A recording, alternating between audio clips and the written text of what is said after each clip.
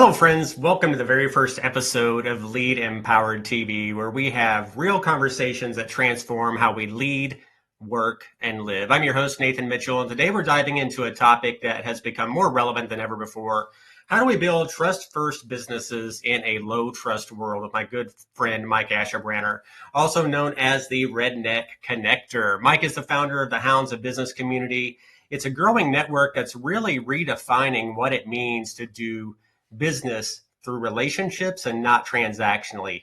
I've been personally a member of the Hounds for a couple of months now, and I've got to say that I've really thoroughly enjoyed my experience meeting some of the great people that Mike has brought together to collaborate.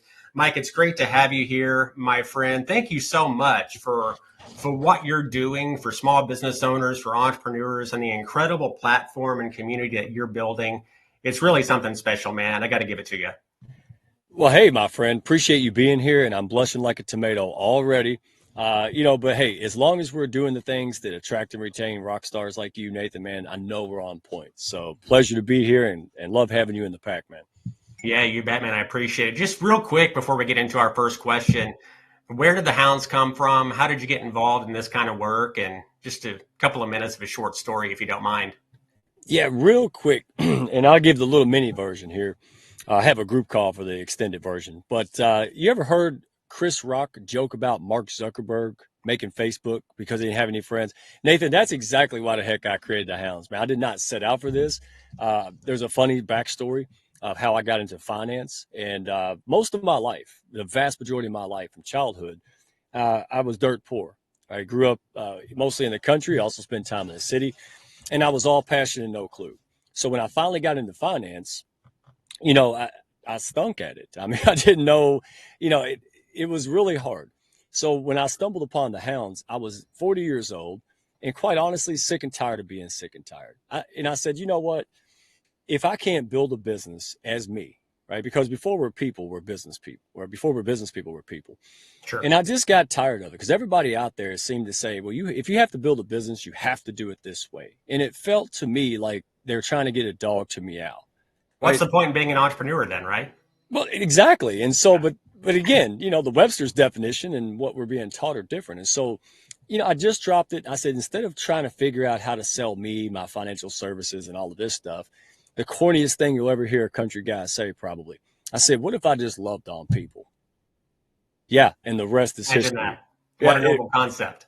And it wasn't out of like some genius or some Sure. like, I'm a Buddha style, it was, I just sick and tired of being sick. I had nothing to lose. I said, if I can't build a business, Nathan, from who I am, right, from values and alignment and build business marriages and focus on relationships and all of that stuff that seemed elusive at the time, I said, well, then I'm going to go be a daggum rodeo clown or something I could be happy with. I just wanted to be happy, and I didn't want to be someone I'm not 12 plus hours out of the day to make money. That's what I had a job for, right? I didn't join this for that. And that just set off a slew of things I couldn't have planned, couldn't afford.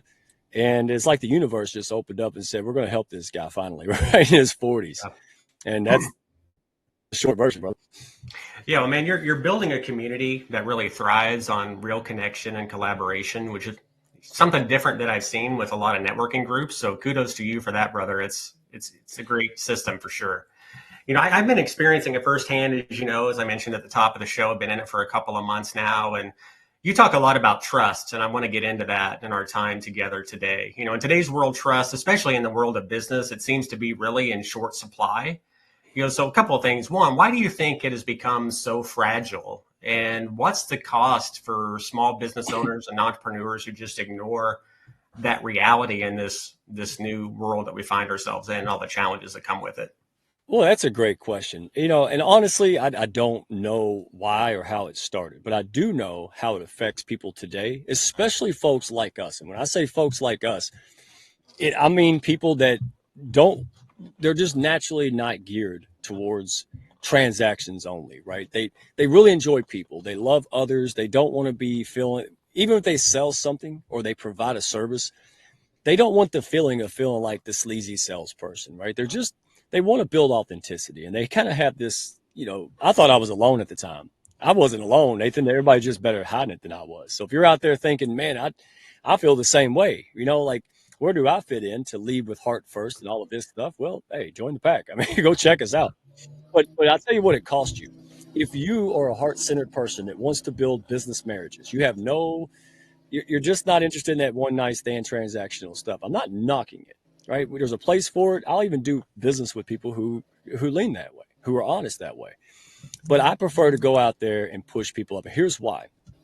Because I don't believe in balance, first of all. I don't believe every time I take a step, I'm off balance, Nathan. What I prefer is harmony because sometimes I'm going to have to spend 80% of my week working instead of family or instead of other things. But then I can move after that work, I move into other harmonious activities, right? So I go to community, church, whatever. So I wanted to build a business that honestly, that I could be a bug zapper and not a dog catcher. I wanted to, when I went out there and DM people, they would have pepper sprayed me over Zoom. And it wasn't just me. Here's the cost out there.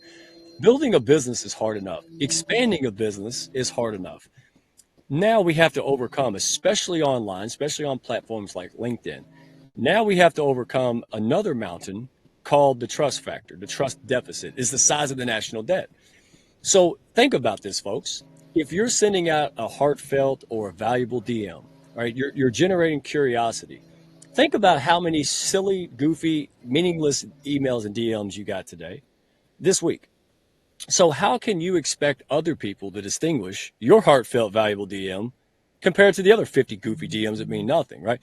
So that's why I've noticed that the number one common denominator amongst heart-centered, right, high-level professionals was very simple. I want to know who you are. Do we align? Are we on the same trajectory? Values based, right? Uh, and then we care about the business. Because here's the truth, folks. There's 8 billion with a B people on this planet. There's 1 billion people active on LinkedIn. We're like grass. You see my backdrop? We're everywhere. Yeah, it's like I got an AI thing. You and the other 50 million people. So what separates you from others? The heart, the passion, the things that you're using and doing. You're taking the things you used to be ashamed of and you're making those beneficial through your business to help other people struggling with this. And that's not the only way to do business, but it's our way. And never have I found personally a place that you can come in, be yourself, right? Never compromise your values, never be ashamed of who you are, and be pushed up to the level that you need to be. And last thing, advertising people expect. Nothing wrong with it, right? They expect it. We pay for it. It's about us. We say we're great. That's okay. Here's what we've done. This is probably what you love the most. Publicity, right? Visibility, different, right? People, you can't, when hundreds and thousands of super pros of all walks of life run around on and offline and tell people you're great, and you need to meet this guy, and he's amazing, and she's amazing. Man, you can't fake manufacture that or buy that at the daggum corner store, right? We know that Nathan's not going to jeopardize his business to say he's great if that ain't true. And I think that's what's happening right now. There's a massive swing of people going, you know what, all this kind of hardcore, transactional, machismo, there's another way. It's not right or wrong. It's just folks like us, again, it's like selling a vegan a steak dinner, man. Come on. Better just to go sell steak to steak eaters, right? Does that make Right. sense? Yeah, I mean, really what I'm hearing from you, Mike, is it all boils down to communication, connection, and relationships, right? We've heard it over and over again. People like to do business with those that they know, like, and trust. And when I do work with organizations, we talk about team alignment. There's 5 things that go into that. You've got communication, relationships, execution, alignment, and capacity. And nothing else works unless communication and relationships is the foundation of that. And what I'm hearing from you today is really that same dynamic, only in the world of small business and entrepreneurship and how that looks in an online world. Absolutely. Again, if you want to get into the practical application, give value, right? Listen, I see no difference between business marketing, lead gen, especially online, and dating. Nathan, think about it. If you pulled the stuff out there that you see daily in marketing, right, in your dating life, you be single. All y'all be single out there right now. Don't lie, right? And so, again, the mantra is everybody's been screwed by someone, so no one trusts anyone, right? And so, what I want to do is go out there and be seen for who I am, right? I'm not the fastest, strongest. I may not be the most eloquent, but I can be the most consistent, honest, and always operate in your daggum best interest. And I think that's, I mean, if you have 50 million options out there for a marketing or branding expert, what's the difference? Why this person and that person? If everything else is equal, what's it come down to? It comes down to I know you, I like you, I trust you. I don't have to look over my shoulder. Life's hard enough, right? And then I go out and love on you. I do things for you. And I don't expect it, but listen, you're the type of person that when I do that, you do it for me when you can. So when I used to go out there and try to shoot for my food, right? I go out there and hunt for sales. Well, you have to do that every time you're hungry. What we're doing is we're saying, forget outcomes. We're going to follow principles, right? We're going to plant seeds and create a harvest. And so now opportunities crop like corn. I didn't meet you by bothering you in an email cold. I met you by loving on Nicole, helping push up hers, met Colleen, and now here you are. Right. And then here I am. So it was the cheat code to a new game, right? From corporate.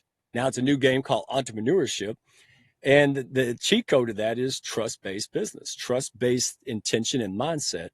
And it amplifies all your business strategy and your tactics if you're that type of person. I love the dating analogy. It makes me think back to, meeting my wife when I was in the corporate world. That's where I met her at. But I mean, literally, I developed a good friendship with her for probably near a year just in the workplace before I even asked her out on a date, and I'm not saying that it takes a year, in the world of business, but what you're speaking is really resonating with me because I think some people want to go from sending a cold email to collecting a check within 24 to 48 hours. And the world just doesn't work that way. People at the end of the day want to know that you like them, you trust them. Are you willing to help me? Do you care about me as a person? And can I trust that you're going to deliver on the promises that you're sharing with me or going to deliver to me? You talk a lot about trust in your LinkedIn newsletter, Become a Master Attractor, Mike. What does trust mean to you in practical terms, especially in the world of business and entrepreneurship, which is definitely your space? What are some of the daily habits or behaviors that kind of create that relationship for business owners today? I mean, you talk about the dating analogy. What are some practical things that they can do to put themselves in that position to begin that relationship? Hey, man, you're a good host. Man, you've been doing this for years. No, bravo, buddy. Well, I have done podcasts in the past. I had a podcast Yeah. years ago called Leading with Purpose, Empowering Talk Radio. So I have done it for a number of years. But actually, this is my first episode in the video space, my friend. Well, now I might have to have you co-host my shows now, man. You're All right. doing stellar. So let me answer that real quick. The practical application, folks. I've got it on LinkedIn. Yeah, shameless plug. It's free, so whatever. I go to my LinkedIn profile and download the engagement guide. It's actually the Master Attractor playbook, but it'll walk you through it before you even bother with me. There's no emails bothering you afterwards. Go follow that, because if that makes sense, here's the mantra. If that works and moves the needle, if you resonate, if you see, wow, this could be very valuable, then you might lean into the rest of what we do. You might want to talk to me.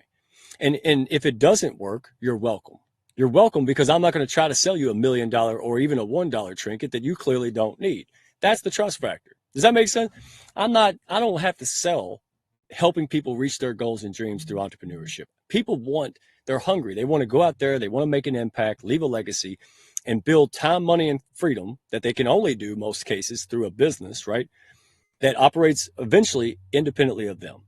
So that's it. I don't have to sell that. I share that, and people can invest if it makes sense. So let me give you a practical example, because once you practice this, use this as your mindset mantra. I'm going to go build trust and bring value to people. Some will reciprocate, some won't. All right, so be wise. Give a little bit. If they don't move on and maybe do it later. Right? People like Nathan, they move quick. So you're going to hit, it's like playing ping pong. Hit the ball to him, he hits it back, I hit it again. So let me give you an example. I was talking about this today. And this is years after flushing this out and going through all the challenge that it takes to build and be successful, or on the way to success. So everybody wants to know, well, Mike, how did you, get and the Hounds get Kindness Worldwide movement? How did you get with Flourish Foundation and have Olympic level events in Lake Placid in May? How did you get all of these opportunities? And I promise you, there's 3 underlying things. And anybody out there, no matter where you're at, what status you have, if you have a hot dog stand, practice these and make them yours. Oh, the tactics will flow from this. So here's what it is. Number 1, not one of them came from a direct. I did not bother any of these people directly. Okay, understand it. They were given by a trusted source of someone that I pushed up, and we played that ping pong in business. Right. Number two, when I had the meeting out of love at the right time, I told them the stuff that no one else would say. I told them the hard solutions to their issue that no one else would say because they didn't want to lose their stake in the company or paycheck. Right. And number three, they trusted me because all of these people had one common denominator. Either they've been burned, right, on the recipient of mistrust, right, been betrayals or whatever, or they just wanted to be aligned with people of their value system. So those were the three things that open up constantly, and that's why I created. That's why it expanded the Hounds of Business. We were created by accident, but we did not evolve by accident. And so that's what it is. How can I take all of this water running all over the floor, which is good-hearted people? Well, if we put them in a glass in a container, now we can be intentional. So you can just show up to the Hounds, know nothing about us, and go, I kind of get it, right? People are going to greet you. They're going to show up for you. So in practical application, especially if you're on LinkedIn, even if you're not, this is Christmas. This is the holiday season. Everybody out there is trying to push and discount. And I'm not saying you shouldn't do all that. But what you should put priority, if you really want to stand out and be organic and stand out for who you are, not a manipulation tactic, send a text message, show appreciation for people that showed up for you this year. Tell them, hey, thank you for taking care of that. I didn't tell you thank you a lot, but you doing that was able to help us do other things, right? Be genuine, send a thank you card, connect them with somebody of value, right? Spend your time showing genuine appreciation to the right people without expecting anything. And you see how your January booms and blasts, way more than any push funnel ever could. Does that make sense? Totally makes sense. At the end of the day, people want to feel wanted. They want to feel needed. And sometimes all it takes is a simple text message, to your point, to make them feel valued. And something else that I've learned too, through the decades, Mike, is that people just love to help. People are very responsive to the phrase, can you help me? Because we're wired to serve Right. at the end of the day. We are. Maybe not everybody's there yet and whatnot. Yeah. We're not judging, but people like you and I, absolutely. And it's a daggum shame when these folks can't go out and they're told, well, you can't do that. That's silly. Well, you can't lead with heart. You can't build relationships. We'll do stuff after the relationship and the business is done. And there's a massive pendulum swing, right? Like a grandfather clock. And people are kind of going, I'm tired of that. That's exhausting, Nathan. It's exhausting for people like me and you to be someone we're not and have to learn persuasion tactics that really feel, that turn easily into manipulation or some tactic. Now, we're intentional. We have business processes. I have the 4C framework, but it's like a football field, right? You got plenty of room to play in that field, but just don't go out of bounds, right? And that's where I think people well, they didn't do it right. Well, one size of a suit don't fit all. That's why we have custom made suits, right?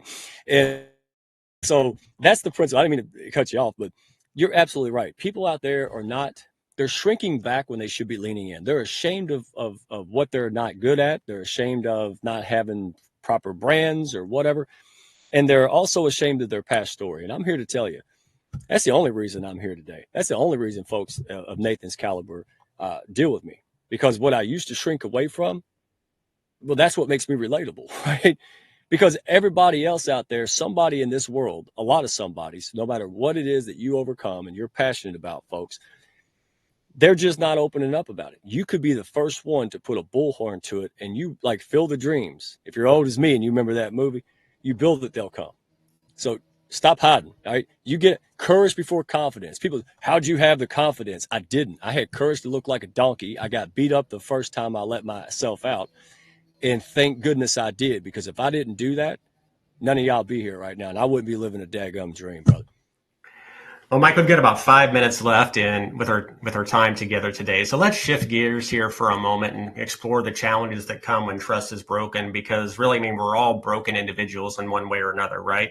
Mm-hmm. We all make mistakes. We all have broccoli in our teeth, as I like to say. And maybe that trust is broken with a client. Maybe it's a business partner, or even within a small team inside of a small business. How do you recommend that we begin to just start that process of rebuilding trust in a way that seems authentic and ultimately lasts for the long time, especially, in an online environment?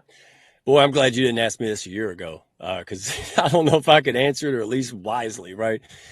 So again, this starts with you. A trust is an internal job, right? It's like, well, how do I be kind? Well, be kind to yourself first, right?